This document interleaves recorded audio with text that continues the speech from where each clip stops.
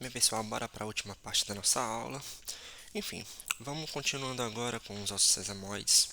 Os ossos sesamoides, eles são ossos que vão se desenvolver em certos tendões ou cápsulas fibrosas. Tendões você já sabe o que é, a gente já comentou sobre essa aula. Cápsulas fibrosas são estruturas que elas é a parte, vamos dizer assim, a parte mais externa das articulações. Nós iremos ver com mais detalhes isso na aula de articulações. E normalmente eles se desenvolvem onde há considerável fricção, tensão ou estresse físico. Características anatômicas deles é que eles normalmente são pequenos, arredondados e planos, e eles sempre vão proteger os tendões contra algum desgaste excessivo e em determinados momentos modificam o ângulo dos tendões em sua passagem até as inserções desse tendão no osso. Qual é o exemplo principal do osso sesamoide? Eu vou falar aqui, gente, o osso que em todos os livros ele aparece. Tem mais um osso que alguns livros dizem que ele é sesamoide e outros livros dizem que ele não é. Então, eu prefiro não colocá-lo. Mas o osso que sempre aparece em todas as literaturas é a patela, certo? É que esse daqui, esse osso aqui que está, é o osso do joelho, como vocês conhecem. O que acontece? Percebam. Olha só como a minha patela funciona. Vocês estão percebendo que a patela ela está inserida aqui, olha, ao longo desse tendão, certo? Bem aqui, esse tendão ele é chamado de tendão do músculo quadríceps femoral. Até aqui, ele é chamado de tendão. Aí, quando ele parte da patela, aí ele já vai ser chamado de ligamento patelar, certo? Existe uma especificidade aqui, mas eu prefiro não entrar em detalhes sobre ela, certo? Mas de uma forma geral, vocês estão percebendo que é praticamente uma continuidade, olha, do tendão e aí vai chegando aqui até chegar no ligamento no momento que ele se insere na tíbia. Pessoal, vocês vão perceber aqui, né, quando a gente for estudar as articulações, que a patela ela tem uma função específica, certo? Por exemplo, Bruno, eu poderia viver sem a patela? Sim. Você conseguiria viver sem a patela. Só que tem um detalhe. A patela, gente, ela é responsável por aumentar a força do quadríceps femoral em 30%. Deu para entender? O que acontece? É que a patela aqui, ela funciona parecido como se fosse uma polia, como se fosse uma estrutura que facilita o movimento do quadríceps femoral. No momento que eu retiro a patela, eu tiro essa polia e aí a partir disso o músculo quadríceps femoral ele perde força, certo? Entendam, tá? O raciocínio é um pouco ao contrário, mas de uma forma geral. A patela é uma roldana. E aí, como ela está aqui, no momento que ela está inserida, ela aumenta a força do quadríceps femoral em 30%. Se eu retiro essa patela, o quadríceps ele não tem esse ganho de força de 30%, ok? O osso sesamoide oficial é somente a patela. No entanto, pessoal, dependendo das suas atividades laborais, etc., vocês podem adquirir ossos sesamoides em outros locais. Por exemplo, vocês acreditam que vocês estão vendo aqui, ó, esse ossículo bem aqui, ó, que está circulado. Isso daqui é um osso, gente, que não está dentro lá daqueles 206 ossos. É um osso, por algum motivo, a pessoa faz uma atividade laboral repetitiva e aí no interior do tendão nasceu, entre aspas, um osso nesse local, certo? Esse osso vai ser um osso chamado de osso sesamoide.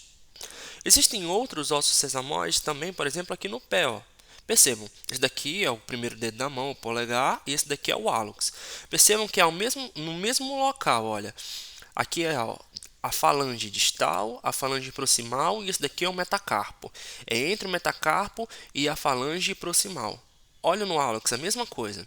Esse é o metatarso, esse daqui é a falange proximal, esse daqui é a falange distal. Olha onde surgiu também os ossos sesamoides. Esse osso sesamoide aqui no hálux, ele é um pouco controverso, porque muitas pessoas possuem esse osso sesamoide, certo? Tem literaturas que eu já cheguei a verificar desculpa, 50% daquela população específica tinha esse osso sesamoide. E aí fica aquele ponto, sim, isso é um osso normal ou isso é uma variação anatômica? E aí a partir disso fica meio incerto se esse osso sesamoide pode ser considerado ou não, mas de uma forma geral, por enquanto, esses ossos sesamoides aqui do hálux ainda são considerados ossos que não se enquadram naqueles 206 ossos. A gente vai já falar o nome deles. Esses ossos aqui que são formados e não se enquadram nos 206 ossos, nós chamamos de ossos supranumerários. Deu para entender? São ossos sesamoides e supranumerários. Ossos pneumáticos. Se vocês lembrarem lá no ensino médio, o que é um osso pneumático lá nas aves? É aquele os ossos pneumáticos das aves possuem, porque como eles têm câmaras de ar no interior dele, facilita o voo das aves. Aí eu vou falar para você, o ser humano também tem ossos pneumáticos. Esses ossos pneumáticos no ser humano, eles são ocos e com uma ou várias cavidades. Esse volume pode ser variável, mas sempre com a característica que vai ser preenchido com ar e revestidos por mucosa. Ou seja, os ossos pneumáticos no interior dele, olha, eu estou mostrando aqui, olha, essa cavidade. Essa cavidade vai ser revestida por mucosa, certo? Para quem não sabe o que é mucosa, por fora, a região externa, o teu epitélio é chamado de tegumento, certo? Quando você olha, por exemplo, a parte interna do lábio, a parte interna da boca, aquilo é mucosa, certo? Vocês vão perceber que a histologia é diferente. Então, mucosa normalmente é aquele tecido que você consegue observar que ele normalmente tem a característica de ser mais delgado e principalmente a característica de ser úmido. Toda mucosa é úmida. Memorizem isso, que isso daí é um diferencial principalmente da região de pele para a mucosa. Mas vamos voltar aqui para os seios. O que acontece? Essas cavidades aqui elas vão ser preenchidas por ar, e aí no momento que vão ser preenchidas por ar, o que vai acontecer? Elas vão ser revestidas também por mucosa. Quais são os ossos pneumáticos? Aí, novamente, eu vou falar para vocês que a maioria das literaturas colocam esses 4 ossos aqui. Olha, o osso frontal, eu vou apontar para vocês o osso frontal bem aqui, certo? Osso frontal. Desculpa, eu esqueci de falar, mas isso daqui é uma secção coronal do crânio. Consegue observar? Isso daqui é a órbita, onde fica o olho. Isso daqui é a região do nariz. Bem aqui é a boca. Você está vendo aqui, olha, um dente, outro dente. Então, isso daqui é uma secção coronal do crânio. Então, voltando. Osso frontal, olha, você está vendo aqui as aberturas do osso frontal, certo? Isso daqui são seios paranasais do osso frontal, ok? Não confunde com substância óssea esponjosa, que é o que eu estou apontando aqui, certo? Em que cada buraquinho desse daqui é uma trabécula, não. Isso daqui é seio, ok? Aqui não tem medula óssea vermelha, isso daqui só tem ar. A maxila, que é esse seio aqui que vocês estão observando. O etimoide, que nessa imagem você consegue observar que é esse osso que está em amarelo, olha, esse daqui são os seios etimoidais. E o esfenoide. O esfenoide, nessa imagem, dá para observar? Dá, só que não dá para ver o seio dele. O esfenoide é essa estrutura, esse osso aqui que está em verde, só que não dá para ver o seio dele, por favor, certo? Então, olha só, osso frontal com seus seios, osso etimoide com seus seios e a maxila aqui também com seus seios, beleza? O que alguns livros também colocam como osso pneumático, gente, mas não são todos, né? Então é por isso que eu vou colocar aqui como se fosse um parêntese, é o osso chamado de concha nasal inferior, que é esse osso aqui que vocês estão observando, esse daqui e esse daqui. Parem o vídeo e verifiquem qual secção é essa. Bem, acredito, se vocês estudaram, verificaram direitinho, isso daqui é uma secção coronal do crânio, vista anterior, e essa daqui é uma secção transversal, certo? E essa secção transversal é uma vista superior. Então, secção coronal da cabeça, eu falei crânio, desculpa, secção coronal da cabeça, e aqui uma secção transversal da cabeça, certo? Para que eu quero mostrar para vocês os seios? De novo, olha, seio frontal, aqui, olha, seios etimoidais, bem aqui, seio da maxila. Isso daqui que vocês estão vendo, eu vou passar o mouse em cima. Isso daqui é a cavidade nasal, perfeito? Opa, Bruno, peraí. Tem uma conexão aqui da cavidade nasal com os seios? Exatamente isso, certo? Os seios, gente, de uma forma geral, a função, porque o ser humano possui esses seios, é para diminuir o volume, ou diminuir o peso do crânio, certo? Então, quando você diminui o peso do crânio, facilita, por exemplo, para você manter a cabeça ereta, na posição normal, como vocês são acostumados a observar. O que acontece? Pode acontecer, por algum motivo, um entupimento desse canalículo aqui. Porque o que acontece? Toda essa mucosa que vocês estão observando, de todos os seios, elas vão produzir muco, certo? É comum. O epitélio respiratório, certo? Aqui da cavidade nasal, aqui dos seios, eles vão produzir muco, o famoso catarro, certo? O que acontece? Esse muco que é produzido aqui no seio, ele sai aqui por esse canalículo, entra na cavidade nasal e a partir disso esse muco fica protegendo a cavidade nasal, certo? Aí, quando esse muco está em excesso, aí você elimina por várias formas. O que acontece? Se por algum motivo esse canalículo aqui ele ficar entupido, certo? Ele se fecha por algum motivo, o que vai acontecer? A mucosa do seio continua produzindo muco. E aí esse muco vai acumulando. Vamos imaginar aqui que o muco está bem aqui, está começando a se acumular. Aí vai se acumulando, se acumulando, se acumulando, se acumulando, se acumulando, se acumulando. Percebeu que agora uma região que era cheia de ar, agora está repleta de muco? Pois então, gente, bem-vindos. Essa daí é a patologia que nós chamamos de sinusite, certo? A sinusite é uma condição inflamatória dos seios paranasais e são, por exemplo, os seios paranasais dos ossos pneumáticos. O que acontece? O acúmulo de muco nessa região, ela favorece a diminuição do pH. Essa diminuição do pH favorece o crescimento bacteriano nesse local, certo? E aí, como favorecer o crescimento bacteriano, você tem um processo inflamatório de combate a essas bactérias. E aí, a partir disso, o seio inflama. Então, sinusite, sinus é seio e ite é inflamação. Continuando aqui, olha, esse daqui são seios etimoidais, certo?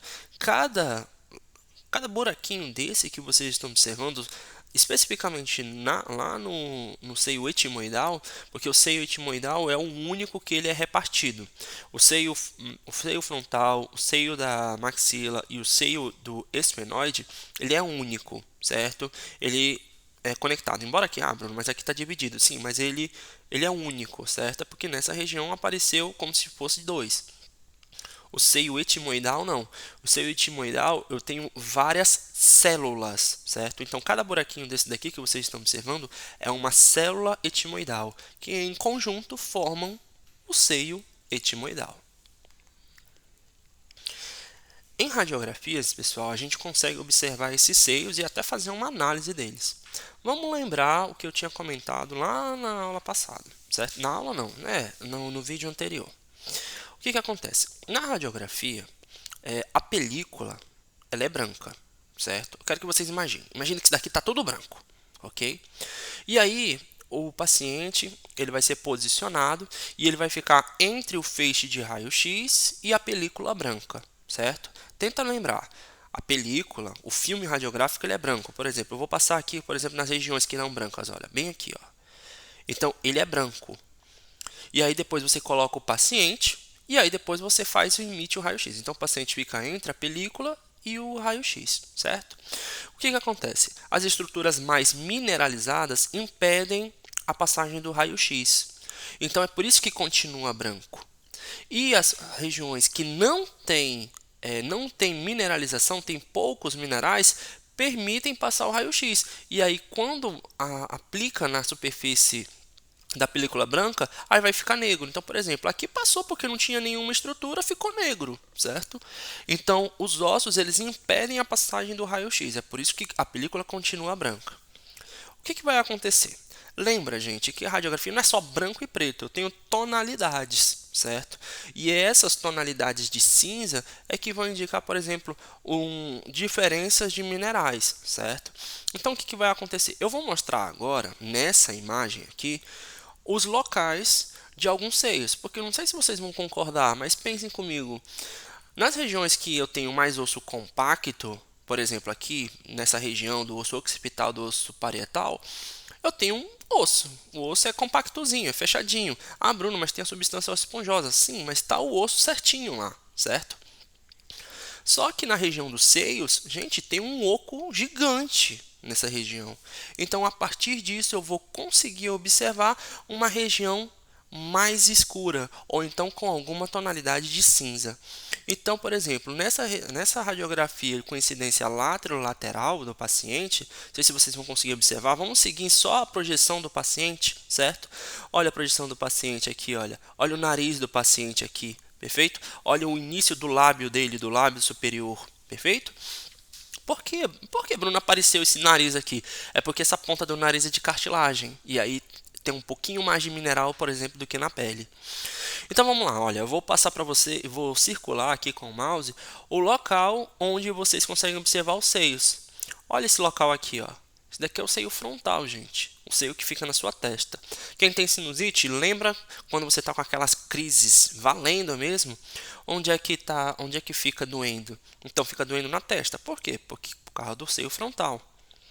Aí eu vou mostrar para vocês outro seio aqui, olha, seio esfenoidal, certo? Esse daqui é o seio esfenoidal. Para quem já é um pouco acostumado já com anatomia, eu vou falar para vocês, ó, você está vendo tipo essa concavidade, bem aqui é uma região que nós chamamos de cela túrcica. Bem em cima vai ficar a glândula hipófise. Então é bem aqui que fica a tua hipófise, ok? Então, voltando para os seios, olha, seio esfenoidal, é o seio do morceguinho ou da borboleta, fica à vontade. Seio frontal, e aqui é uma mistura, gente. Aqui já é uma mistura. Aqui tem uma mistura da cavidade nasal com o seio maxilar. Vamos colocar outras imagens aqui. Isso daqui é uma incidência muito interessante. Isso daqui é uma incidência occipitofrontal modificada. Por quê? Porque se vocês conseguirem observar, a cabeça está inclinada, certo? E aí você consegue observar alguns seios na região. O seio principal nessa observação aqui é o seio frontal. Olha só como ele é aqui, ó. Seio frontal. Perceba, ó, que ele está acima dos seus olhos, nessa região aqui que nós chamamos de órbita. Então, olha, seio frontal. Perfeito? Tudo é, na verdade, a mesma coisa. Olha aqui, olha, representado pelo número 11, seio da maxila. Aqui você vê direitinho o seio da maxila. Perfeito? E aqui uma outra visão, gente, olha, uma projeção occipitomental, certo? E aí, a partir dessa projeção, você, de novo, ó, vai aparecendo aqui o seio maxilar, tudo bem? Então, ó, seio maxilar, seio frontal, perfeito? Então, recapitulando, o esqueleto, gente, ele vai possuir, ele é constituído por ossos, e esses ossos, eles podem ser classificados quanto à forma. E aí tem os diferentes tipos de classificações que vocês estão observando, ok? Pode ser plano, longo, pneumático, irregular, ossos curtos ou então os ossos sesamoides. Existem algumas pessoas, pessoal, que têm os ossos supranumerários. O que é os ossos supranumerários? Por exemplo, pensa naquele osso sesamoide que eu mostrei para vocês, que surgiu, né, porque você realizava muitas atividades laborais repetitivas. Então ele surgiu no interior do tendão. Aquele osso não deveria existir. Então ele é um osso supranumerário, é um osso acima dos 206. Imagina um paciente com polidactilia. E imagina que ele tem um sexto dedo e esse sexto dedo ele possui osso, certo? As falanges daquele sexto dedo são ossos supranumerários. E aqui, agora eu vou mostrar para vocês uma coisa que aparece muito, gente. Se vocês têm a oportunidade de observar um crânio real, vocês vão ver muito isso. Ossos suturais, que são ossos supranumerários. O que acontece? Aqui eu estou observando o osso occipital, que eu vou mostrar para vocês. Eu vou fazer a trajetória dele. Ó. O osso occipital é aqui. Ele vai indo, vai seguindo aqui pelo mouse, certo? Depois vocês pegam o livro Atlas para vocês observarem o osso occipital. O que acontece? O osso era para ser tudo isso. Mas espera aí, Bruno, mas esse osso aqui parece que está dividido. Pois é, isso daí que são os ossos suturais. Isso é uma variação anatômica, pessoal. Tem algumas pessoas que possuem ossos suturais, nem imaginam, vocês podem ter, eu posso ter, mas isso não gera nenhum tipo de alteração de função. É uma variação anatômica. Bem, nas nossas próximas aulas, gente, nós iremos estudar os acidentes ósseos. Esse nome acidentes ósseos é um nome meio estranho, né? Quando a gente fala, vou estudar acidentes ósseos, a primeira coisa que você pensa assim, sei lá, acho que é algo como fratura. Só que esse nome pegou, né? O nome corretinho mesmo é elementos descritivos de superfície, certo? É porque realmente são elementos que ficam na superfície do osso, certo? Mas esse nome acidentes ósseos ficou. Essas acidentes ósseos são características estruturais adaptadas a funções específicas para o osso. Então, por exemplo, quando eu falar para vocês um côndilo, pode imaginar, um côndilo provavelmente ele vai fazer uma articulação, certo? Ele vai ser responsável por uma articulação. Quando eu tenho, por exemplo, um processo, esse processo ele pode estar relacionado, por exemplo, com a origem ou inserção de músculo ou ponto de fixações de ligamentos. Então, sempre eu vou ter uma estrutura específica, certo? Um tipo de acidente ósseo para uma função. Eu tenho um forame. Para que eu preciso de um forame? É porque naquele local, forame, gente, é buraco. Naquele buraco, naquele forame, vai passar algumas estruturas vasculonervosas. E aí você vai ver quais estruturas são essas. Quem utiliza muito esses acidentes ósseos, gente, é aquela subespecialidade da anatomia denominada de anatomia antropológica, que é muito utilizada na medicina legal. Por quê? Porque o conhecimento dos acidentes ósseos, a partir deles, você consegue determinar idade, estatura, sexo e aspectos gerais do indivíduo, certo? Então, por exemplo, você tem dois esqueletos, você é um médico legal, você tem dois esqueletos.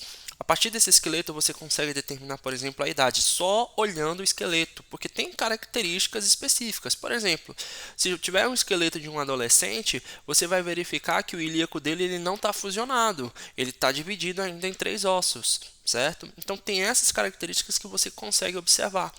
Você consegue observar, por exemplo, o sexo, certo? Você consegue observar através de algumas características, observando, por exemplo, a pelve. A pelve masculina ela tem determinadas características, a pelve feminina ela tem outras características, porque essa pelve é adaptada para o parto, ok? Então, a partir desses conhecimentos dos acidentes ósseos, vocês conseguem determinar todas essas características do indivíduo.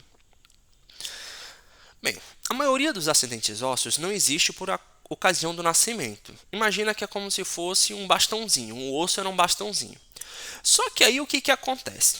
Pode acontecer, por exemplo, você sabe que o músculo ele sempre se insere no osso. E também algumas artérias, alguns nervos, etc., eles podem querer atravessar esse osso.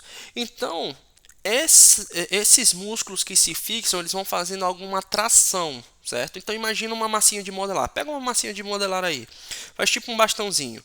Aí imagina que os seus dedos faz tipo uma pinça e fica pegando nessa massinha. Aí imagina que os seus dedos são os músculos. Imagina o músculo sempre se contraindo, sempre se contraindo. Então você fica puxando a massinha. Você vai verificar que essa massinha vai formando tipo uma espícula, certo? Isso daí é o que nós chamamos de processo. Ok? Então, os acidentes ósseos, eles sempre vão responder, eles sempre vão se formar a partir da resposta de uma determinada força. Então, eles vão se responder a tensões de ligamentos, de tendões, que no caso dos músculos, aponeuroses e fáscias. Isso daí são termos de anatomia muscular, a gente vai estudar mais com calma depois, não se preocupem. E aí vai proporcionando osso novo, ou seja, vai gerando remodelação óssea, e aí vai produzindo áreas de elevações, rugosidades, etc. Já a compressão nessa estrutura, aí vai gerando, por exemplo, uma depressão. Pega a mesma massinha, imagina, pega o seu dedo, que é como se estivesse querendo forçar essa massinha. Se ela pressionar um pouco, por exemplo, aí ela vai formar tipo uma fossa, vai formar uma depressão. Mas se ela quiser atravessar, ela vai fazer um buraco, aí vai formar um forame. Então, pessoal, basicamente é assim que vão se desenvolvendo os acidentes ósseos. Quando vocês forem estudar a embriologia, isso daqui vocês vão ver com mais calma. Mas olha só uma informação importante que eu já vou falar para vocês. Olha só. Então quer dizer que o osso ele vai se desenvolver a resposta a forças, certo? Então o osso vai se desenvolver porque gerou uma tensão, certo? E essa tensão favorece deposição de osso novo, certo? E isso vai gerando um processo que nós chamamos de remodelação óssea, algo da fisiologia, mas eu posso já falar aqui para vocês. Então imagina. Se você está fazendo muita atividade física, certo? Você concorda que o seu osso sempre vai sendo puxado? Por quê? Porque os músculos eles estão fazendo a força e ele fica gerando tensão lá no osso. O que isso proporciona? Pessoal, isso proporciona deposição de osso novo. Isso gera remodelação óssea, mesmo em indivíduos que vão, por exemplo, após o nascimento até aproximadamente 30 anos de idade. O que eu estou querendo falar para vocês, gente, é que a atividade física ela proporciona um aumento da tua matriz óssea, certo? Então, por exemplo, como é uma forma, né, de prevenir a osteoporose? Imagina, para vocês meninas, se na sua família tem a sua mãe, ela tem características, ela possui osteoporose, na verdade você já possui o fator de risco para osteoporose. Se um familiar teu tem osteoporose, você possui fator de risco para desenvolver osteoporose. A primeira coisa que você precisa saber, certo? Você precisa criar uma reserva, entre aspas, de osso novo. Por quê? Para que quando você entrar realmente no período de perder cálcio, que no indivíduo feminino já começa a partir ali, olha, dos 30 a 35, dependendo do metabolismo da pessoa, você já começa a perder cálcio, você já tem uma reserva para você perder. Entendeu? Então, se você possui o fator de risco para osteoporose, a primeira coisa que você precisa buscar é realizar atividades físicas. A mesma coisa vale para homens, certo, gente? Se o cara ele vai fazer musculação e ele quer ficar, enfim, com um corpo interessante e tudo mais, enfim, um cara bombado. Os músculos eles vão ficando cada vez mais fortes e eles vão gerando cada vez mais forças, mais tensão no osso. Entre aspas, só para vocês entenderem, o osso começa a perceber, ei cara, tipo, o músculo tá puxando demais. Se eu não me fortalecer, eu vou arrebentar. E é isso que ele faz. Como é que ele se fortalece? Criando mais matriz óssea, certo? Então, vamos dizer assim, o homem, através das suas através da sua atividade física, ele consegue ter uma densidade mineral maior? Sim. Tanto que o peso do esqueleto masculino é mais pesado, é maior do que o peso feminino. É até um dos critérios que o pessoal até utiliza sobre a questão dos transgêneros, quando eles vão fazer a atividade, quando eles passam, por exemplo, para esportes femininos. Porque, por exemplo, logicamente, eu sei que tem todas aquelas questões fisiológicas de hormônios, mas os atletas que são contra os transgêneros, por exemplo, migrar para a disputa de sexos do sexo diferente, eles julgam isso porque ele teve todo um período de formação óssea com hormônios masculinos. Então ele tem uma massa óssea maior, ele tem ossos mais longos, enfim, certo? Isso eu estou dando um exemplo dos ossos, não estou entrando em detalhes nos músculos. E aí coisas que, por exemplo, as meninas não vão possuir. Outro exemplo, a pelve. A pelve do indivíduo transgênero é uma pelve masculina.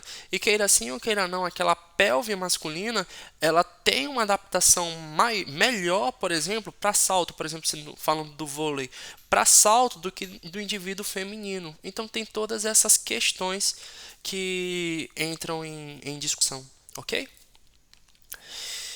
Vascularização óssea. Gente, tá aí todos os tipos, né? Somente tipos. Leve em consideração um osso, qualquer osso, ele vai possuir esses tipos, né? Um osso longo, desculpa.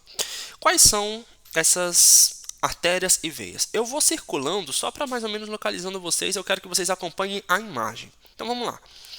Observe, essa daqui é a cartilagem articular, a gente já trabalhou com ela. Lembra, aquela cartilagem que favorece a diminuição do atrito.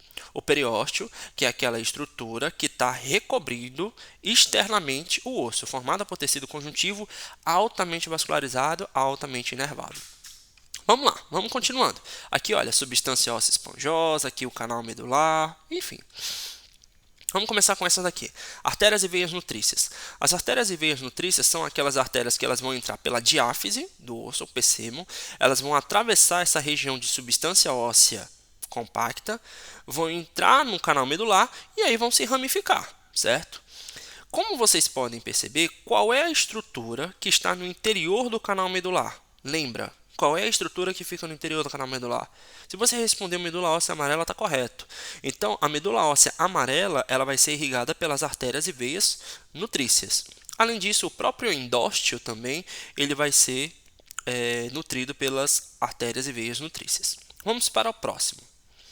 Artérias e veias periosteais. Percebam, foi feito um zoom nessa região. Aqui é o periósteo, certo? E aí, ó, as artérias e veias periosteais, elas principalmente são as principais que estão irrigando a região de substância óssea compacta, certo? Ah, Bruno, mas eu estou vendo aqui um pouquinho da artéria veia nutriça. Eu sei, realmente, tem um pouquinho que irriga essa região, sim, mas principalmente a região de substância óssea compacta do osso é irrigado pelas artérias e veias periosteais, certo? Artérias e veias epifisiais e metafisiais, ou metafisárias, fiquem à vontade. Como vocês estão observando, todas elas estão irrigando a região de epífise do osso, aquela região de substância óssea esponjosa, que nesse local está localizado quem? A medula óssea vermelha. Então, as artérias e as veias epifisiais e metafisiais, elas irrigam a região de medula óssea vermelha, certo? Qual a importância de você possuir esse conhecimento? Principalmente essa daqui. É o seguinte, gente. O osso em si, ele é irrigado principalmente por quem? Vamos voltar. Artérias e veias nutrícias vão irrigar a medula óssea amarela. Artérias e veias epifisiais e metafisiais estão irrigando aqui a região de medula óssea vermelha. Então, veias nutrícias, medula óssea amarela. Artérias e veias epifisiais e metafisiais, a medula óssea vermelha. O osso em si, quem é que está sendo irrigado? Pois então, as artérias e veias periosteais. É isso daí que eu quero que vocês memorizem, por favor. Por quê? Quando vocês chegarem no clínico, quem for da medicina, for estudar ortopedia, etc., vocês vão observar tipo classificações de fraturas, certo? E uma dessas classificações, a classificação de Anderson, eles vão verificar, por exemplo, um nível de periósteo que foi prejudicado no momento da fratura. E a partir disso, de acordo com esse nível, você pode ter prognósticos, vocês podem ter indicações diferentes. Então, o que vai acontecer nesse caso? Se o periósteo do osso ele foi muito danificado, foi muito prejudicado, pode acontecer que esse osso seja elencado para amputação. Por quê? Porque quem é que irriga basicamente o osso? É o periósteo. Se eu não tenho periósteo, pessoal, eu não tenho irrigação no osso. Para que eu vou manter um osso sem periósteo, então? O que vai acontecer? Esse osso irá morrer, esse osso irá necrosar, então vai entrar em um processo de morte celular.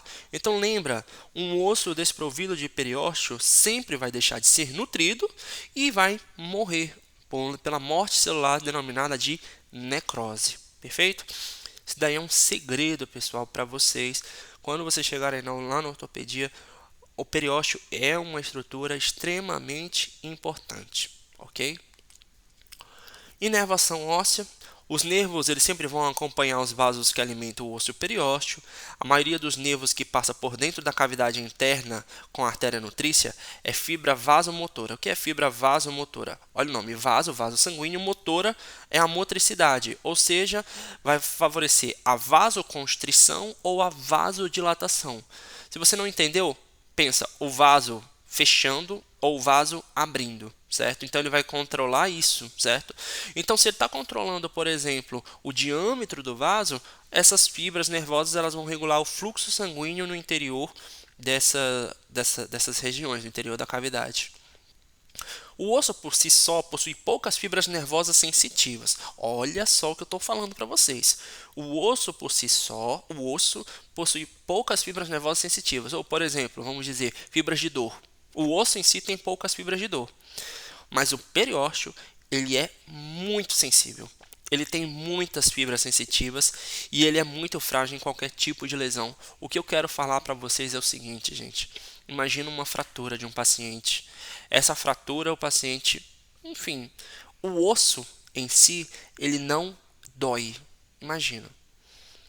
Quando fratura um osso, o que vai doer não é o osso quebrando.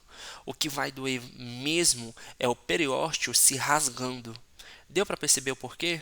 Porque o osso possui poucas fibras sensitivas, no caso, por exemplo, fibras de dor, mas o periósteo tem muitas fibras de dor. Então, o que acontece? No momento da fratura, o osso em si não dói, certo? Eu vou colocar um aspas aí, né? Porque ele dói um pouco, mas não tanto. Mas o que faz realmente a dor aguda é o periósteo se rasgar, certo? E aí, pessoal, agora vamos chegando para a última etapa da aula, em que a gente vai verificar a divisão do esqueleto. Isso daqui é bem simples, gente. O esqueleto humano ele é dividido em duas porções. Olha só, esqueleto axial, que está aqui em amarelo, e esqueleto apendicular, que está aqui em verde. Quais são os ossos, assim, quais são as regiões que compõem o esqueleto axial? Lembra? O esqueleto axial ele vai ser composto pelo crânio, vamos falar assim de uma forma mais fácil, pela cabeça, pelo pescoço e pelo tronco, certo? Então, cabeça, pescoço e tronco. O esqueleto apendicular, ele já vai ser responsável, ele vai ser composto pelos membros, certo? Tanto os membros superiores como os membros inferiores. E aqui, pessoal, eu fiz uma pequena divisão para vocês, só para uma forma mais didática, certo? Eu vou fazer melhor nas próximas aulas umas divisões mais extensas, mas aqui mais ou menos só para vocês entenderem. Olha, o esqueleto ele é composto por 206 ossos e esse esqueleto ele é dividido, né, pelo esqueleto axial e apendicular. O axial tem 80 ossos, o apendicular tem 126. Vocês vão perceber que agora eu vou destrinchar. O esqueleto axial ele vai possuir, olha aqui, ó, ossos do crânio e ossos associados, ossos que formam a caixa torácica e a coluna vertebral. Crânio e ossos associados possuem 29, caixa torácica 25, coluna vertebral 26. Precisa memorizar esses nomes, esses números? Não, gente, relaxa, isso daqui só é demonstrando para vocês. Então, crânio e ossos associados. O crânio tem 22 ossos e esses ossos associados são 7. O crânio ele vai ser dividido em neurocrânio e viscerocrânio. Bruno, o que é neurocrânio? A gente vai falar mais sobre isso mais lá na frente. Mas são aqueles ossos que protegem e abrigam o encéfalo. E o que é viscerocrânio? São aqueles ossos que formam a face. Neurocrânio, 8 ossos. Viscerocrânio é composto por 14 ossos. Esses ossos associados, gente, são os ossículos da audição e o ióide. Esses ossículos da audição, não sei se vocês conhecem, mas é o martelo, o estribo e a bigorna, certo? E aqui o ossíoide, que é o único osso que não realiza articulação no corpo. É o único, ele fica localizado no pescoço. Ossículos da audição, eu tenho 6. Peraí, Bruno, mas você só falou 3. Lógico, gente, 3 de um lado, 3 do outro. Dá 6. E osso-ióide, que é 1. A caixa torácica é formada pelo externo, pelas costelas. O osso externo ele é ímpar, ele é único. E as costelas são 24 costelas, 12 do lado direito, 12 do lado esquerdo. E a coluna vertebral vai ser composta por vértebras, pelo sacro e pelo cóccix. Eu tenho 24 vértebras, um sacro e um cóccix. No esqueleto apendicular, gente, eu dividi dessa forma. Membro superior e membro inferior. O membro superior tem 64, o membro inferior tem 62. Lembra, divide isso daqui, é 64 juntando do lado direito e do lado esquerdo, ok? Então, é 32 de um lado, 32 do outro. Símbolo do membro superior, braço e antebraço, mão e punho. Eu dividi dessa forma, não se preocupe que a gente vai trabalhar o que cada coisa dessa, certo? Só falando para vocês, Bruno, o que é símbolo? Por enquanto, é o local de conexão do membro superior com o tronco. Quais os ossos que fazem parte do símbolo do membro superior? São aqueles ossos que conectam o tronco ao membro superior. Por exemplo, no símbolo superior é a escápula e a clavícula. Então é por isso que são 4 ossos, 2 de um lado, 2 do outro. Braço e antebraço são 6 ossos, 3 de um lado, 3 do outro. Mão e punho formam 54 ossos. Meu Deus do céu, tudo isso, Bruno? Sim, mas não se preocupa. Você vai saber os nomes desses 54 muito tranquilo. Lembra que a gente já fez na aula passada a denominação das falanges, que é só associação, certo? Membro inferior, símbolo do membro inferior, coxa, joelho e perna, tornozelo e pé. Então, símbolo do membro inferior só são 2 ossos, são os 2 ilíacos, certo? Coxa, joelho e perna, 8 ossos. E o tornozelo e pé, 52 ossos. Então, só destrinchei basicamente o esqueleto. Dava para destrinchar mais, por exemplo, nessa região aqui de braço e antebraço. O que é braço? Isso é formado por 2 ossos, que é os 2 números. E antebraço é rádio e una, de um lado e do outro. E assim sucessivamente, ok? Mas daqui para caber no slide eu fiz dessa forma. Por favor, verifiquem se os objetivos da aula todos foram cumpridos, se hoje eu entendo o que é o sistema esquelético, se eu sei quais são os seus componentes, que ele é composto, por exemplo, pelos ossos, pelas cartilagens, pelos tendões e pelos ligamentos, as funções dessas estruturas, classificar os ossos do sistema esquelético conforme sua morfologia. Vamos lembrar quais são? Aquelas 6 classificações, que são o osso longo, o osso chato ou plano, o osso curto, o osso sesamoide, o osso irregular e o osso pneumático. Identificar as estruturas encontradas nos diferentes tipos de ossos. Eu gostaria que vocês lembrassem aqui, nesse objetivo, o que é substância óssea compacta, substância óssea esponjosa, o que é uma cartilagem articular, o que é uma lâmina epifisária. Tudo isso eu gostaria que vocês observassem aqui. Medula óssea amarela, medula óssea vermelha. Conhecer a vascularização e a inervação dos ossos. Aqui a questão da vascularização, vocês conhecerem aqueles 4 tipos de artérias e veias e lembrar que principalmente a periosteal é que é a responsável pela nutrição do osso em si, certo? E inervação dos ossos, eu gostaria de chamar a atenção nesse tópico. Lembra daquela questão da inervação dos ossos, que quando você fratura, o osso em si não dói porque ele tem poucas fibras sensitivas. O que dói mais é o periósteo se rasgando. Isso é fibra sensitiva. As fibras motoras, basicamente, elas funcionam como regulação do fluxo sanguíneo, ou dilatando ou diminuindo o diâmetro do vaso. Diferenciar esqueleto axial e apendicular. O esqueleto axial, lembra, é a parte do esqueleto que é composta pelos ossos da cabeça, do pescoço e do tronco, e o apendicular formado pelo membro superior e pelo membro inferior. E identificar seus respectivos componentes. Nós dividimos de uma forma geral, mas os nomes dos ossos eu vou deixar para uma próxima videoaula, certo? Bem, pessoal, essas foram algumas referências que foram utilizadas. Volto a dizer para vocês que, principalmente quando a gente fala em introdução, a gente utiliza livros textos. E, por favor, gente, lembra, certo? Para você aprender realmente o conteúdo, é necessário que você sente, você abra o livro e leia. As videoaulas, as aulas em si presenciais, elas são um guia, um norte, certo? É basicamente para você entender, mas você só vai aprender mesmo se você realmente sentar e fazer o seu estudo individual. Bem, pessoal, muito obrigado. Até uma próxima oportunidade. Que o amor, a bondade e a esperança sempre permaneçam em seus corações. Fiquem com Deus e até uma próxima oportunidade.